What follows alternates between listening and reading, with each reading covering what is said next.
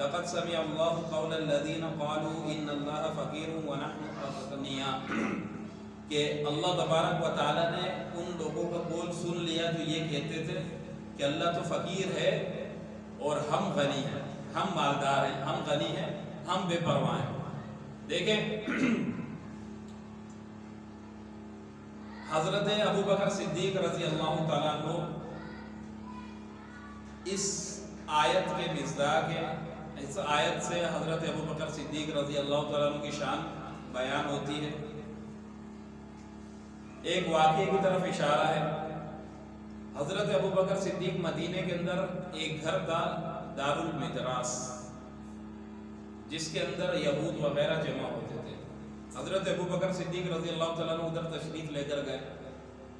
تو وہاں پر دیکھا کہ چند لوگ ایک بندے کے چاروں طرف ہجوم لگا کر بیٹھے ہیں جس کا نام فنحاس تھا، جو یہود کا بہت بڑا عالم تھا، اور اس کے پاس ایک ہبر بھی تھا جس کا نام اشیعہ تھا۔ یہ بیٹھے ہوئے تھے اور یہ باتیں کر رہا تھا کہ دیکھو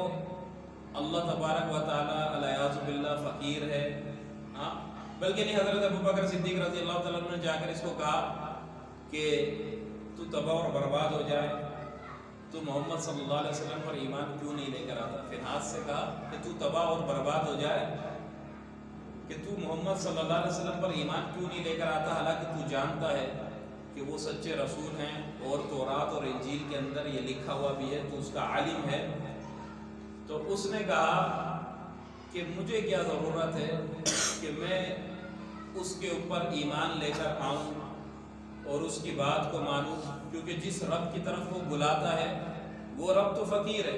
نعوذ باللہ، وہ رب تو فقیر اور محتاج ہے، کیونکہ وہ رب تو کہتا ہے کہ من ذا الذی یقرض اللہ قرضا حسنا، کہ کون ہے جو اللہ تبارک و تعالیٰ کو قرض حسنہ دے؟ وہ تو قرض مانگتا ہے ہم سے، وہ تو ہم سے قرض مانگتا ہے، اور جب وہ فقیر نہ ہوتا تو ہم سے قرض کیوں مانگتا؟ اور ہم غنی ہیں، ہمیں اس کی پرواہ نہیں، ہم اس کے سامنے تضرع نہیں کرتے، گڑ گڑاتے نہیں ہیں، وہ ہمارے سامنے گڑ گڑا رہا ہے اور ہم سے مانگ رہا ہے، تو ہم تو غنی ہیں، پھر ہم کو ایسے رب کا محتاج بننے کی ضرورت ہی نہیں ہے، اس پر ایمان لانے کی ضرورت ہی نہیں ہے۔ جب اس نے یہ بات کہی تو حضرت ابو بکر صدیق رضی اللہ تعالیٰ عنہ کو غصہ آیا، اور یہ غیرت ایمانی کا تقاضا بھی ہے۔ حضرت ابو بکر صدیق رضی اللہ تعالیٰ عنہ نے اس کے منہ پر چماٹ مارا اور کہا کہ اے بدبخت، اے خبیث، اگر میرے پاس تلوار ہوتی، یا یوں فرمایا کہ اگر تمہارے اور ہمارے درمیان کے اندر معاہدہ نہ ہوا ہوتا تو میں تیری گردن کو اڑا دیتا۔ یہ حضرت ابو بکر صدیق نے فرمایا اور چل دیے۔ یہ آیا رسول اللہ صلی اللہ علیہ وسلم کے پاس شکایت لے کے کہ آپ کے ساتھی نے مجھے مارا۔ حضور اکرم صلی اللہ علیہ وسلم نے حضرت ابو بکر صدیق رضی اللہ تعالیٰ عنہ کو بلایا اور پوچھا کہ کیا ماجرا تھا اے ابو بکر صدیق، آپ نے کیوں اس پر ہاتھ اٹھایا؟ تو حضرت ابو بکر صدیق رضی اللہ تعالیٰ عنہ نے فرمایا کہ اس نے اتنی بڑی بات کہی تھی کہ یا رسول اللہ میں آپ کے سامنے کہوں تو آپ بھی اس پر غصہ کریں گے۔ اللہ کے رسول نے فرمایا کہ کیا کہا؟ تو حضرت ابو بکر صدیق نے ساری کارگزاری سنا دی۔ اب جب حضرت ابو بکر صدیق رضی اللہ تعالیٰ عنہ اس کی طرف مخاطب، حضرت حضور اکرم صلی اللہ علیہ وسلم اس کی طرف مخاطب ہوئے اور کہا کہ ہاں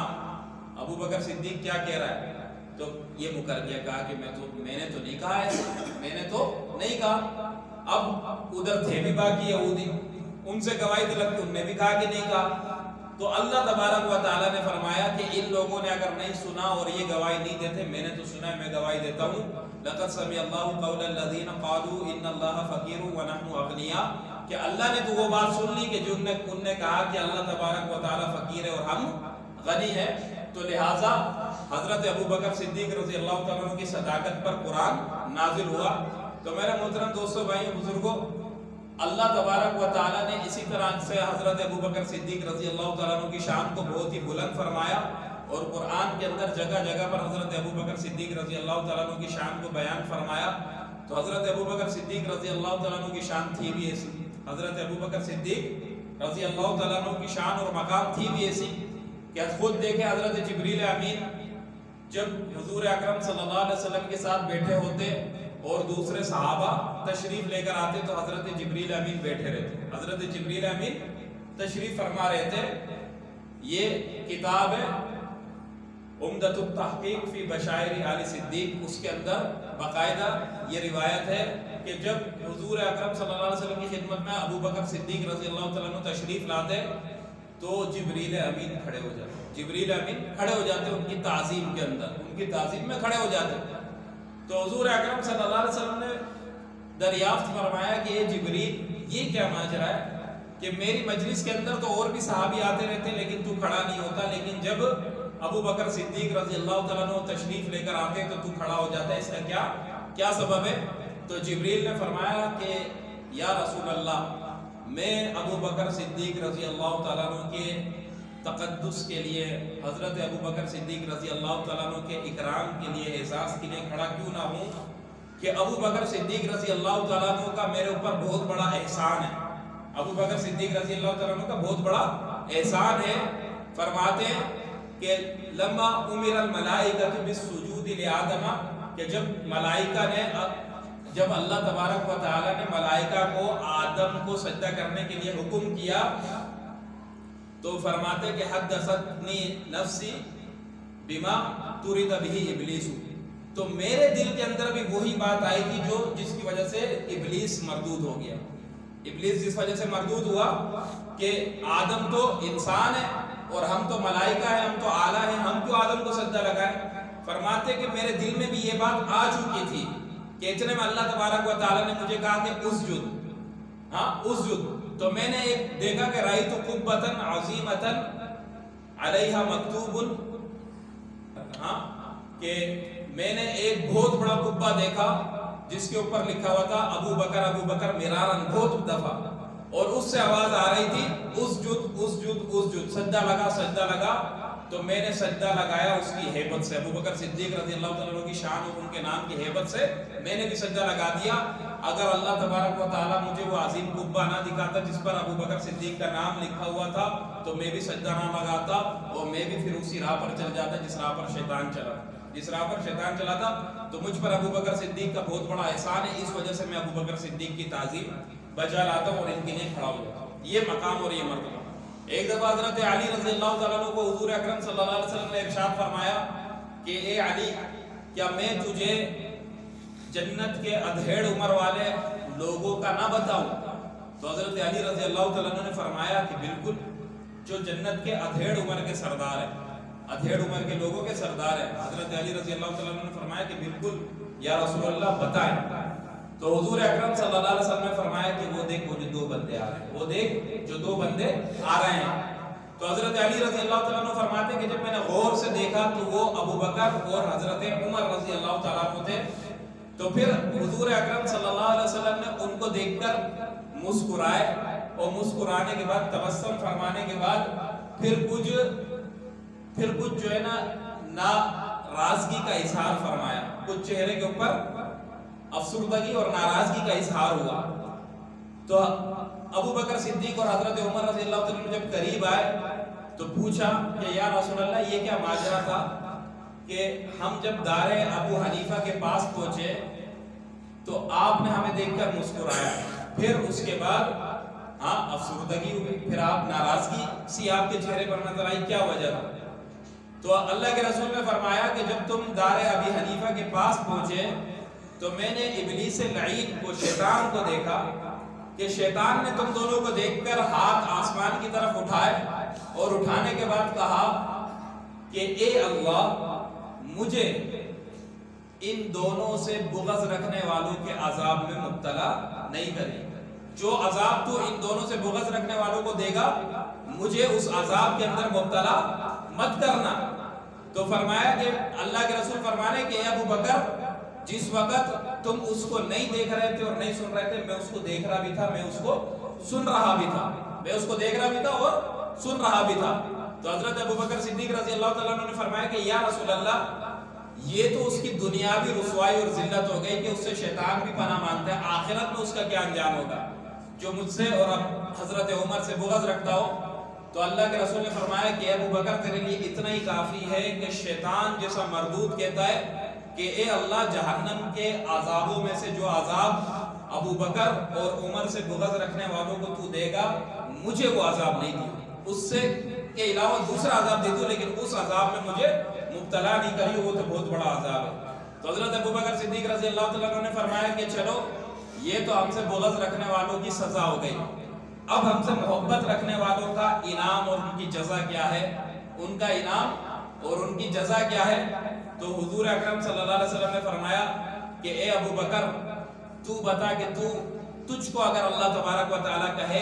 کہ جو تجھ سے محبت کرتا ہے تو اس کو اپنی طرف سے انعام اور جزا دے تو کیا دے گا؟ تو حضرت ابو بکر صدیق نے فرمایا کہ جب سے میں پیدا ہوا ہوں اور مرنے تلک جو میری نیکیاں ہیں اس کا چوتھائی حصہ، اس کا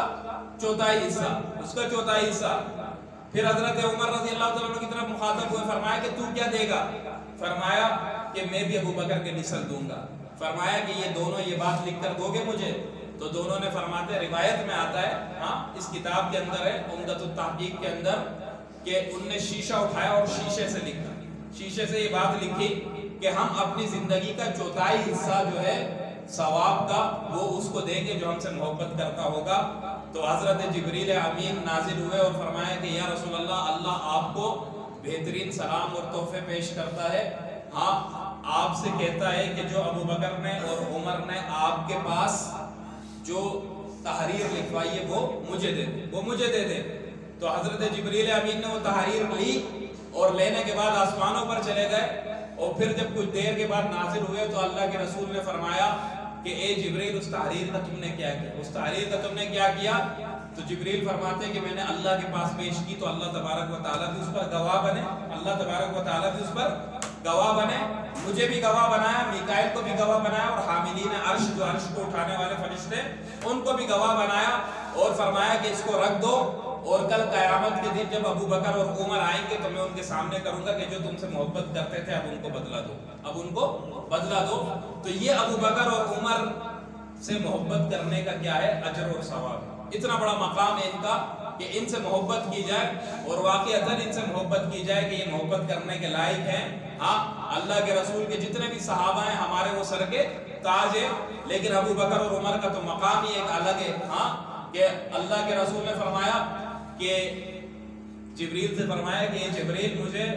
عمر کا مقام بتا جنت کے اندر کیا ہے، عمر کا مقام بتا کہ جنت میں کیا ہے۔ تو جبریل امین نے فرمایا کہ یا رسول اللہ کہ حضرت نوح علیہ السلام کی عمر 950 سال، اگر میں بتانے لگ جاؤں تو 950 سال کم ہے، 950 سال گزر جائے عمر کے فضائل ختم نہ ہو جنت کے اندر، لیکن اتنا بتا دوں کہ ابو بکر صدیق کی ایک نیکی جو ہے نا، ایک نیکی وہ عمر کی ساری زندگی کی نیکیوں کے سے بھی اعلیٰ ہے، اس سے بھی اعلیٰ ہے۔ تو یہ مقام اور مرتبہ ہے۔ نوح علیہ السلام نے جب کشتی بنانا شروع کی تو زمین اس کو کھا جاتی تھی، مٹی اس کو کھا جاتی تھی، تو نوح علیہ السلام نے اللہ تبارک و تعالیٰ سے کہا کہ اے اللہ یہ کیا ماجرا ہے؟ ہاں تو اللہ تبارک و تعالیٰ نے فرمایا کہ اکتب علیہا عیونی من خلقی، کہ ان پر اپنی کشتی کے اوپر میرے بندوں میں سے جو بڑے لوگ ہیں، عظیم لوگ ہیں، ان کے نام لکھ۔ تو حضرت نوح علیہ السلام نے فرمایا وما عیونک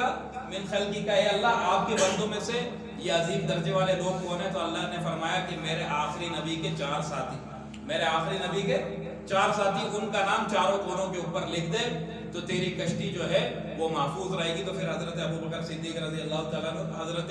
نوح علیہ السلام نے اسی طریقے سے چاروں کونوں پر حضرت ابو بکر صدیق، حضرت عمر، حضرت عثمان اور حضرت علی لکھا، تو ان کی کشتی پھر صحیح اور سلامت رہی۔ دیکھیں کتنا بڑا مقام کہ جس کشتی کے اوپر ابو بکر و عمر و عثمان و علی کا نام آ جائے اس کشتی کو زمین کی مٹی ضائع نہ کرے، کہ تو جس کے دل کے اندر ان چاروں کی محبت ہوگی تو اس کو زمین کی مٹی کیا کھائے گی؟ تو ان کے عاشقوں کے جسد بھی سلامت رہیں گے اور ان کی قبروں سے بھی خوشبو آئیں گی۔ اور جو ان سے نفرت کرے گا، ہاں جو ان سے نفرت کرے گا تو اللہ تبارک و تعالیٰ دنیا میں بھی ان کا مقام دکھاتا ہے اور آخرت کے اندر بھی ان کا مقام تو ہے ہی برا، لیکن دنیا میں بھی اللہ تبارک و تعالیٰ دکھاتا ہے۔ ایک دفعہ ایک بزرگ فرماتے ہیں کہ میں ایک جگہ سے گزر رہا تھا تو میں نے دیکھا کہ ایک آدمی گزرنے کی کوشش کر رہا ہے اور ایک کتا اس کے اوپر بھونک رہا ہے، ایک کتا اس کے اوپر بھونک رہا ہے، لیکن کتا بندھا ہوا تھا۔ تو میں نے اس کتے سے کہا کہ تو کیوں اس بندے پر بھونکتا ہے، کیوں اس کے اوپر اس طریقے سے اس کو تو نے تنگ کیا ہوا ہے؟ ہاں بظاہر حیت سے تو یہ مسلمان نظر آ رہا ہے۔ تو اس کتے نے کہا کہ اے اللہ کے ولی، اللہ نے اس کو قوت گویائی دی، اور یہ بعید نہیں، اللہ تبارک و تعالیٰ نے کئی بار اس طریقے سے کیا تو اس کو قوت گویائی ملی، اور کتے نے کہا کہ اے اللہ کے ولی، تو اللہ کا نیک بندہ ہے، تجھے کیا پتا یہ خبیث جو ہے یہ ابو بکر و عمر کے خلاف اپنے دل کے اندر بغض رکھتا ہے، خدا کی قسم میں تو ابھی بندہ ہوا ہوں، اگر میں کھلا ہوا ہوتا میں اس کے ٹکڑے ٹکڑے کر دیتا، میں اس کے ٹکڑے ٹکڑے کر دیتا، میں اس کے ایسا حشر کرتا۔ دیکھیں دور کی بات نہیں بتاتا ہوں، ادھر قریب کی ایک بات بتاتا ہوں۔ مجھے ایک شخص نے بتایا جس نے اپنی آنکھوں سے دیکھا، ایک نوجوان لڑکا تھا، سنی تھا، پھر کچھ دن گزرے وہ اپنے شیعہ دوستوں کے ساتھ روافظ کے ساتھ لگ کر وہ کیا ہے کہ وہ متے کے چکروں کے اندر اور ان کے چکروں میں وہ شیعہ بن جاتے، ہاں تو شیعہ بن گیا۔ اس کے بعد اس نے تبرہ بھی شروع کر دی۔ تبرہ کہتے ہیں صحابہ کرام کو برا بھلا کہنا، حضرت ابو بکر اور حضرت عمر کو برا بھلا کہنا۔ کچھ دنوں بعد اس کی کیفیت ایسی ہوئی کہ وہ جب بات کرتا تھا تو اس کے منہ سے بہت گندی بدبو آنے لگ گئی، بہت گندی بدبو، اور یہ ہوسڑی کا واقعہ ادھر کا قریب تھا، بہت گندی بدبو آنے لگ گئی۔ جو اس کے قریب بیٹھتا وہ بیٹھ ہی نہیں سکتا، بدبو سے اتنا پریشان ہو جاتا۔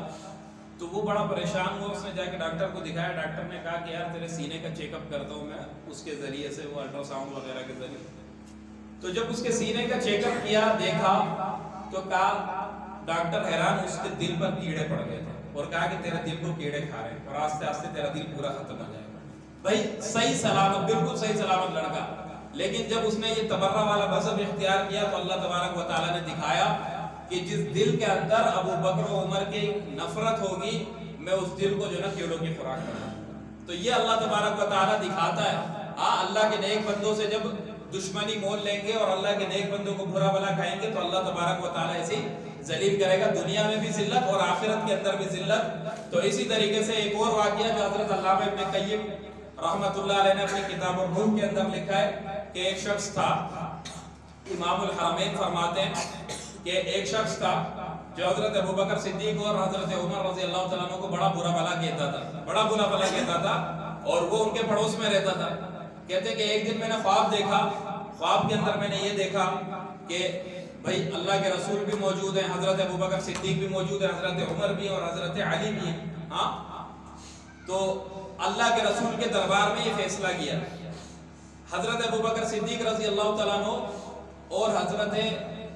عمر رضی اللہ تعالیٰ عنہ نے فرمایا کہ یا رسول اللہ یہ بندہ جو ہے یہ ہمیں برا بھلا کہتا ہے، یہ ہمیں برا بھلا کہتا ہے۔ تو اللہ کے رسول اس پر غضبناک ہوئے اور کہا کہ تجھے یہ کس نے کرنے کو بولا، تجھے یہ کس نے کرنے کو بولا؟ تو وہ کہتا ہے کہ یا رسول اللہ اس نے ایسے کیا، ان نے ایسے کیا۔ اللہ کے رسول نے فرمایا کہ ان کی ایک بات نہیں سنو، اے عمر اس کو لٹاؤ اور ادھر ذبح کرو، اس کو لٹاؤ اور ادھر ذبح کر دو۔ اب جب اس کو لٹایا، حضرت عمر رضی اللہ تعالیٰ عنہ نے اپنے دست مبارک سے چھرا پھیرا، کاٹ دی اس کی گردن۔ امام الحرمین فرماتے کہ میں نیند سے بیدار ہوا، بس یہ بات ختم کر رہا ہوں، جب میں نیند سے بیدار ہوا تو میرے پڑوس سے مجھے شور و شغف کی آواز آئی اور میں دوڑتا ہوا گیا۔ جب اس کے گھر میں نے جا کر دیکھا تو گھر والے رو رہے تھے، عورتیں چاروں طرف اس کے بیٹھے ہوئے اور وہ مرا پڑا تھا۔ ہاں گھر والی عورتیں بولتی ہیں بس سویا اور پھر اٹھا نہیں، تو بولتے ہیں کہ میں نے اس کے گلے سے جب تھوڑا سا کپڑا اتار کر دیکھا تو اس کے گلے پر ایک ہری لکیر لگی ہوئی تھی، یعنی وہ جو حضرت عمر رضی اللہ تعالیٰ نے اس کو ذبح کیا حقیقتاً ذبح ہو گیا، مر گیا۔ تو اللہ تبارک و تعالیٰ سے پناہ مانگے ہم کہ اللہ تبارک و تعالیٰ ہمارا ایسا حشر نہ کر دے، اور اللہ تبارک و تعالیٰ سے دعا مانگے کہ اللہ تبارک و تعالیٰ ہمارے دل کے اندر صحابہ کی محبت کو اور زیادہ بڑھائے، آمین۔